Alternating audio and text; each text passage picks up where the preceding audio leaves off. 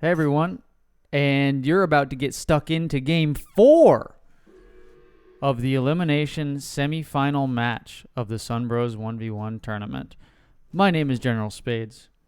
I'm joined with who the winner of these two players will be facing. Platypus Slayer. Platypus, what's up? Not much. Looking forward to this. We've got two very strong civs into this matchup. We have Mongolia, the map that was, well, it has a lot of sheep. Yaks. So it does have kind of an advantage to China, to be completely honest with you, because China's villages fatten livestock. So the beginning of this battle may be a mad dash to gather all these cows. Now, Dunamai is known to incorporate livestock into his build, so this doesn't necessarily mean it's an easy win for China. China can struggle with heavy cav. Spain can bring lancers, a very powerful heavy cav. These are both like A to S tier civs. Some people might disagree about Spain, but at the higher levels and particularly 1v1 supremacy, Spain is a monster. And of China, China's monsters, like we were kind of saying before the game, because they can bring so many unit types so cost effectively. It's going to be really fascinating to see what both players do. So there are 13 yaks that spawn in a 1v1 on this map. And I know that because I didn't just count, not at all. No, so there's 13 yaks on this map. And again, China benefits from having the more yaks, the better. So he's going to be able to get them fattened on villages. This is LFS, who just lost the previous game. Spoiler alert. LFS got to pick Mongolia. Dunamai then picked Spain as his civ for this map. We'll take a look at the decks in a minute. There's the homestead wagon. And there's the homestead wagon with the sheep. And then LFS counterpicked with China, who, with the exception of your China mirror, with Dunamai in the upper finals, which was the match that was before this, Plat, China's undefeated. So It is. China is considered at every elo an extremely potent civ. As someone that mains or perhaps sarcastically lames China pretty frequently, it's just really good. It does everything it wants, but it does have the weakness to heavy cav. Spain does have heavy cav, but it lacks some of the eco. For those not familiar, China can build villagers as they age up because they age up through a wonder system, which is kind of different than the politician system European civs utilize. Um, and it looks like he went for a 2 village start. So this is the kind of safer, slower, but more flexible and higher eco approach because when he pops Northern Refugees, he will get an extra villager off of this. So, which he already uh, has. correct. So this is looking like a very. Can we see that deck again for Yeah. China? Yep, fairly standard China deck. Spice Trade is a pretty good option, and he's got the Infinite Six Meteor Hammers in Age 4, which is not always seen, but otherwise, this is standard China. You've got a bunch of units in Age 2 if you want to play Age 2, or you go to Age 3 and you spam their cavalry and territorial armies. And T Export, obviously, one of the newer cards from the last Chinese New Year rework, aging up with the Summer Palace. T Export, I guess, point being, is a fairly standard card these days. We're going to pop back over to Dunamai, who just started clicking up to age about 340-ish. And we saw his first shipment being he was the first or the second. I'm not sure. It might have ended up being the second. Is this his, and because you casted those games that we played, is this his beloved Sheepestition? Lodge Or Sheep Station, yes, Yes. as he likes to call it. So he will be aging up with the Logistician, sending the sheep or sending the vills, sending the sheep, and then he's got llama ranching and stockyards, an advanced market, which he also likes to send, and all with the Logistician. So you're getting an extra 150 food, you're getting an extra 100 wood, and you're getting an extra 75 coin from each of these shipments that he sends. And they arrive fast. They arrive in 20 seconds instead of 40 seconds. So very strong economic-based logistician, which is kind of unusual as someone who plays a lot of Spain. Normally, the logistician is used to be highly aggressive and get a lot of units out on the field fast. But that is not the way that Dunamai is using it. It can be a little bit slow, but he has used it very effectively. I think if he's lost a game at all with this, it was only one. I'm not exactly sure, though, off the top of my head. I faced this, and boy, howdy, did he have a lot of pikes. I don't want to spoil that series, but... That series is already up, so spoil away. Okay. Yeah, it hits pretty powerful. It is slower, but it's kind of shocking. Spain typically is an FF civ. Looking over at China, China is doing a basically naked FF. Again, most of the time people send the blockhouse and spice trade. Okay, now we're a little bit off the script. But it's a great card. I don't know if I'd always send it like that instead of T export, where you can get trickles that probably offset the cost and have cheaper banner armies, or a free blockhouse for defense. But both players right now looking very greedy. Although we do have double racks out for Spain, so Spain might go from greed to need here pretty quickly. Let's see. We're going to hop back over to his perspective and see he is sticking with the archaic cards. So if we look at this deck, this is the Logistician deck, but it is labeled Jurlavissa, which LVS stands for Livestock, A stands for Archaic. So going very greedy with a mass of cheap units, which is what we saw, spoiler alert, in Game 3, where Dunamai just made crossbow pike, and got and got to age 3 and ended up slaughtering Russia at his own game once he got to age 3 and sending really the one shipment in age 3, the 9 Ulan shipment. But that is, if you want to watch the game, it's in the description, or you can go watch it. It's probably in the recommended videos. So go watch that. We won't talk about that very much more, but advanced market too. So he plans on doing a lot of market abuse. Market abuse, I mean, as to be expected when you've got these sheep that are, wow, they're already almost fattening. So he does have, did send in stockyards. Never saw how many yaks each player got, but I think China ended up on top. China's almost age 3, and this is where it gets dangerous, I think. China's age 3 is extremely cost effective.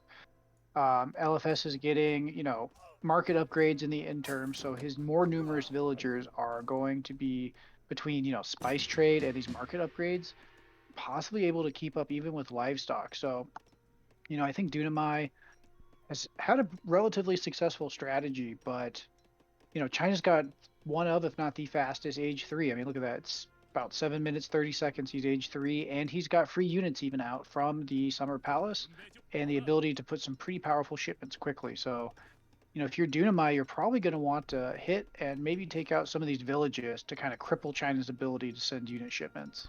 Yeah, and so that may be what we're seeing here for sure. And that also may be why LFS decided to pick China against the Spain play that I'm losing my words right now. We did see Spain in Game 1 where the good boy rush got brought out, and that still Dunamai focused on a lot of archaic infantry. So he sent the pikemen, and he sent the rods. So picking China, knowing that you can mass Jukanus pretty cost effectively, and you can get the step riders out on the crossbows, and so that could be a potential counter pick to China, knowing that Dunamai likes to go archaic. Now he's got arquebusiers. These are probably the most cost-effective skirms in the game. It's going to be hard to trade, even with crossbow.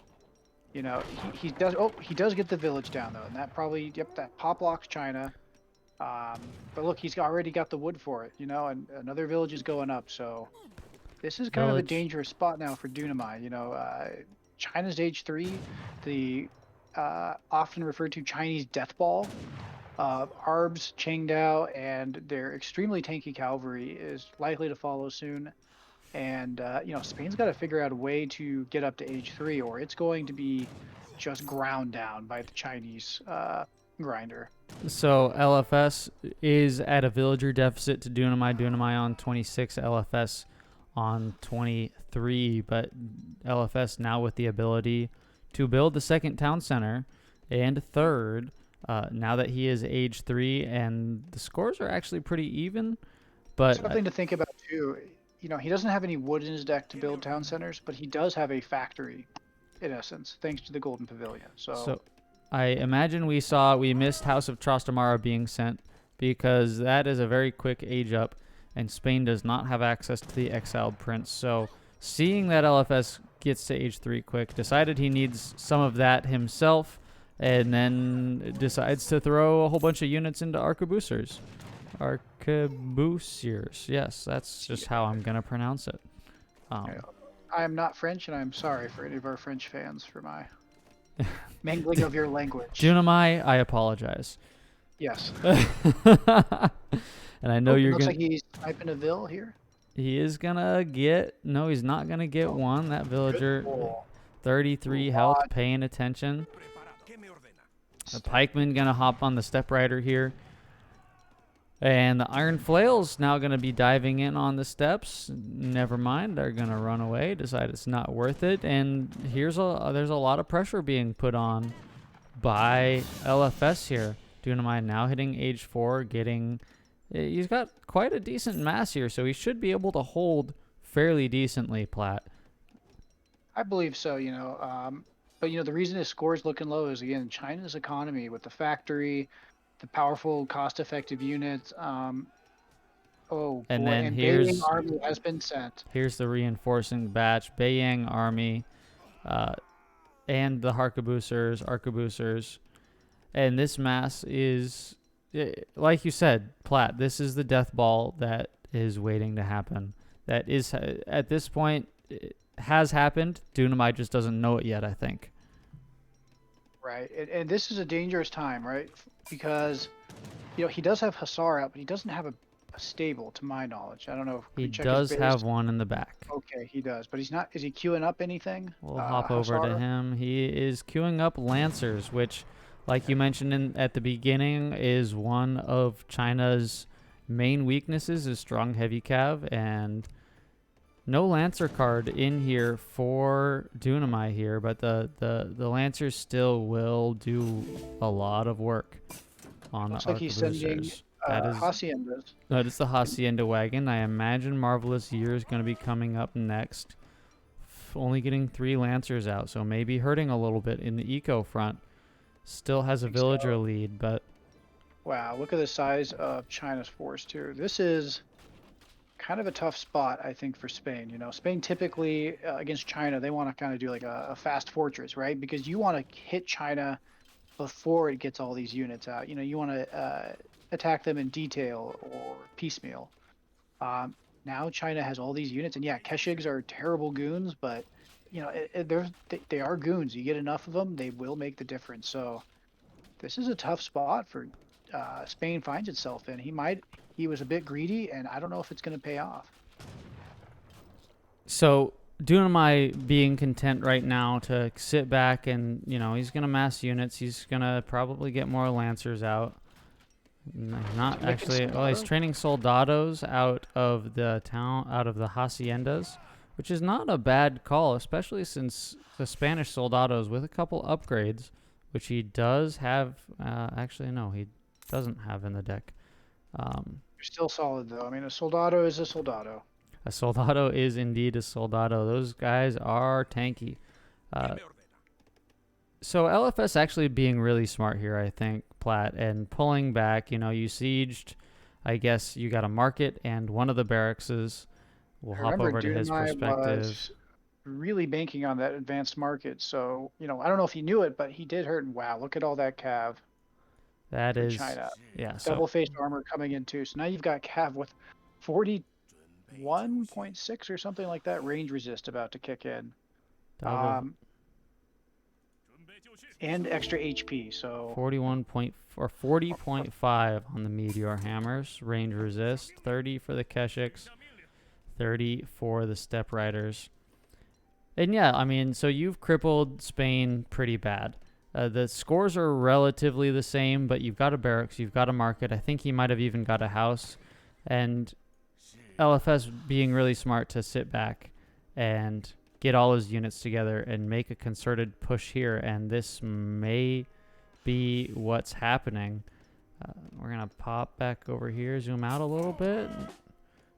There's a So he's got little two bit of a TCs, remass here. I'm This guessing. second TC. I hear gunfire going on in the south. That is Hussar and Arquebusiers doing battle on the field. Falconet's going to come in, maybe take a shot. Oh, he gets him out just in time. Slick No. micro from LFS. LFS doing really good, just being very Yeah. careful not to lose his mass. Dunamai perhaps getting a little bit flustered here, showing his hand a little bit early. I'm not sure LFS saw that.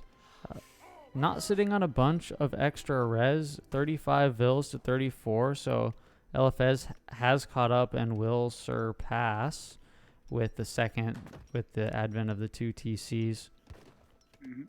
And plus a factory. And yes. In essence, a factory. A yeah. slightly weaker factory. Wow.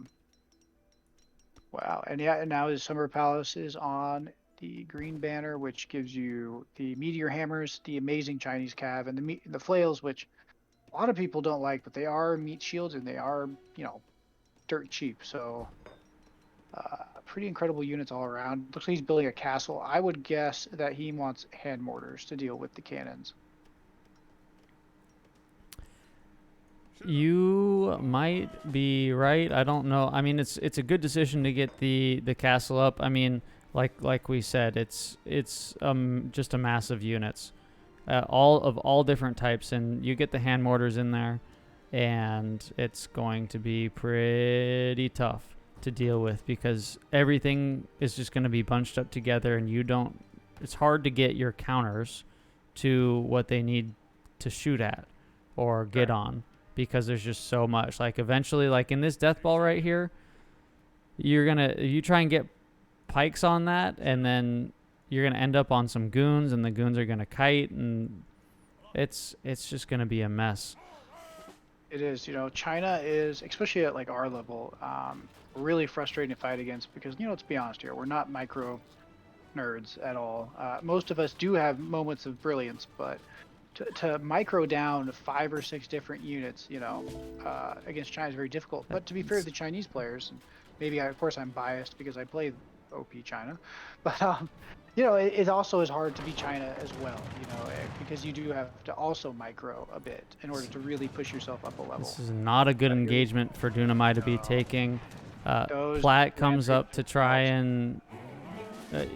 Yeah, so elephant. Oh my goodness! Those and now, meteor hammers have range too. You cannot protect your Falcons like you would against most cav because the meteor hammers have 5 range. That just collapses that bunker. Is an absolute wipe. Not a good fight for Dunamai to be taking at all. Platt.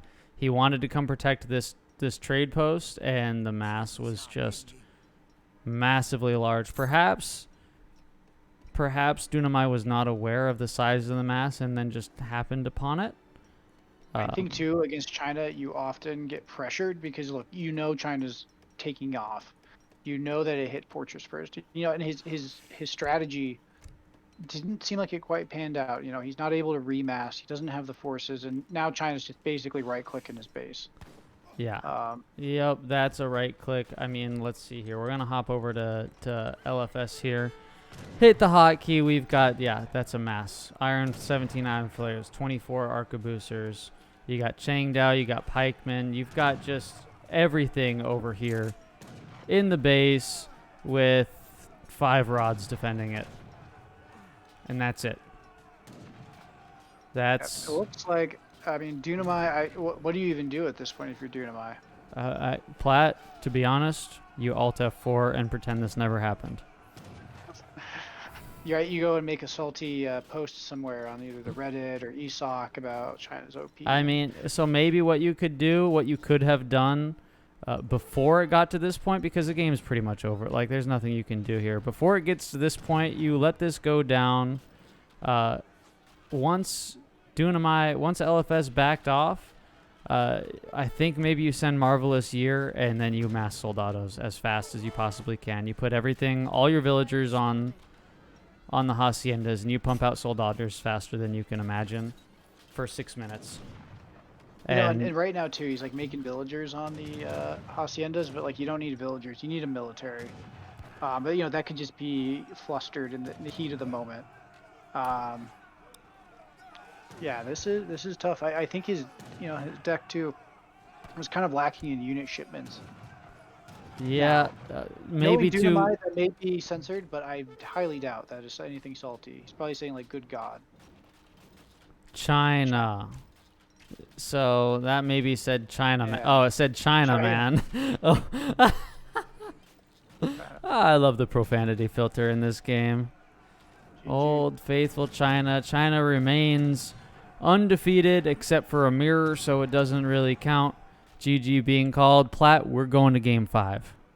Well, I'm happy to see a game 5, but man, that's got to be demoralizing to be Dunamai. This is one of his favorite strategies, one of his most, he's very prideful about the strategy, and it does work most of the time. It's a very unique blend that uses kind of lesser used mechanics, and LFS was like pulled a nice, clean, fast fortress China. To be fair, he did it the old school way. There's actually a newer way that's even less, or I should say, harder to push.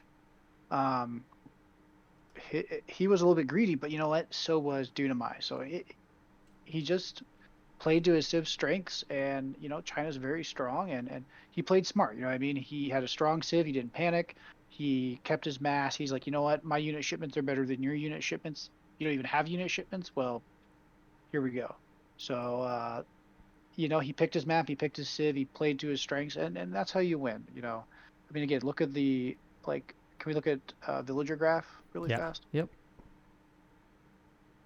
I mean, there's the story. Even though Dunamai was keeping up and had more villagers, the fact that China has cheaper units, more variety so they can fight cost effectively, And then and a factory in age 3 if you go age up with the Golden Pavilion. Yeah, what's it the called? porcelain Porcelain tower. Tower. Oh God, I don't even know the names of this stuff. Look, for people out there, you want to know how to play China, you do the summer palace that spits out units first. You either do you do the factory in age 3 if you want to fight age 3, and then uh, and if you're gonna, or you go for Confucian Academy, the one that makes crows and arquebusiers, and those are the two winners. The rest of them you season to taste. Um, And then again, to your point, Dunamai ahead in villagers through this entire middle stretch, but LFS able to, with that fast fort, able to keep up in res and then surpass. If we look at military unit count here, yeah, wow. big, not even really a big battle happening. There was really only one battle, and it was the one up at the trade post. Look at that. I mean, His units there are was a little bit of fighting over here where the village went down, but beyond that, the only real battle that happened, Platt, was right here. correct. And And I think when we break this down, Spain's a very strong civ, but sometimes when you play into like the meta, right? There comes a point where if you're doing like a dark horse strategy or an off meta strategy, you want to really think, okay, if the opponent follows the meta, how do I, does this dark horse strategy counter those meta things? China's weak to heavy cav. China can be weak to musk huss. This strategy, while utilizing the sheep in a really brilliant way, was lacking in musk huss shipments that I think would have turned the tide, and he could have had an eco behind it. So I don't think his strategy is, uh, necessarily a bad strategy, but the meta is the meta for a reason. It's the most efficient way to play a civ typically, and I think we kind of saw what happens when you try a dark horse strategy against the meta, but not really that the dark horse strategy was designed to counter the meta, right? yeah, So Um, let's see here. Speaking of dark horse strategies, let's see. You hit age 3 here. Maybe you hit age 3 a little bit earlier. Maybe you hit age 3 at 9:26 instead. Uh, maybe even closer to 9 minutes, depending. Uh, After you see that China has gone age 3, you can focus on age 3. There's no fighting going on here, remember. So you age up sooner. You send haciendas, and then you send marvelous year here. And then from 12:30 for the rest of the game, you can spit out soldados. yep. And you Or don't just have have a to have powerful 20 army. villagers on the haciendas. You can have, 10 villagers on soldados on these two haciendas between the two of them, and you'll still spit out soldados pretty fast because of marvelous year. Exactly. And the soldados, accompanied with the mass that you had here, you let this trade post go down, which happened at, Right let's before the cliff. trade posts. Where's trade posts? I don't know where it is. Well, look, if you look on the Right graph, you here. can see Yeah. where. Okay. Yeah, so 16 See that. minutes. So that's where everything collapsed. So you bring soldados into this, or you leave your mass in base with the soldados, and then And something to think about too. Spain could have, ATP'd. It could have just FF'd into Falcon Musks with Lancers on the flanks. yeah, Um, Spain had a couple options that are quote meta, and so meta is meta for a reason. If you're playing the latter, you know that China is very popular right now, and Spain is also very popular because it does have some options into other popular civs. So, but at the end of the day, Dunamai has a really strong build. I think he was just a bit too greedy. LFS played a nice, clean, smooth game. He played to his civ strengths and had good micro and took fights when it was advantageous and backed off when he felt like he wasn't going to trade like he wanted to. So, absolutely, credit to LFS for now making this a game 5. And remember too, Dunamai could throw a game away, but now it's match point, and I'm looking forward. I think this has been probably the most competitive series of our tournament. winner takes all. Winner advances to the finals to face you. Loser takes home third place and a bronze trophy in their hearts. Yes. If you liked this video, I certainly enjoyed making it. I think Platt, you did too. Show some love, like it, subscribe to see more. Let us know we're doing a good thing. If we're doing a good thing, leave a comment and join our Discord, which is there's a link in the description. Yep. You got anything else? Nope. I'm just gonna, go check on the chicken in the oven, sit down, and get ready for what I hope to be an absolutely amazing game 5. Hell yeah, we will see you in the next one.